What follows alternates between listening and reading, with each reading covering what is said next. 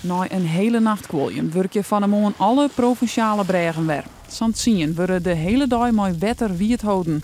Ook gemeentelijke en rijksbregen worden in de gaten houden. Bij de stationsbreg in Frenscher en nog een paar oren is het vastzorg besletten om maar één keer in de oren iepen te gaan.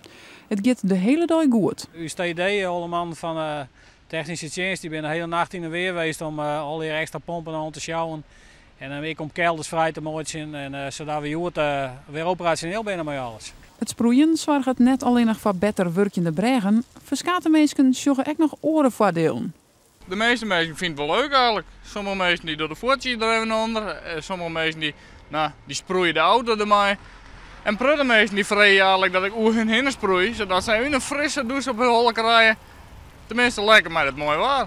Dus je gaat net alleen de bregen hulden maken, ik de meesten blij. Ik maak je de meesten ook nog blij, ja. Ik krijg positieve reacties van hun.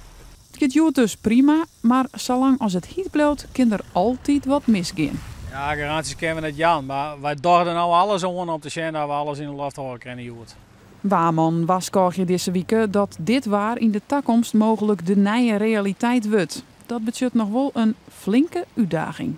We zijn er nog net klaar voor, maar we hebben er al wel over van als het daadwerkelijk is wat de weerman al eerst is, hè, dat we het zien 15 hier dit soort simmers altijd hebben, dan moeten we er wel aan denken dat we standaard maatregelen hebben. Dan kun je denken aan een standaard sproeiinstallatie die gewoon vast onder de bregen zit.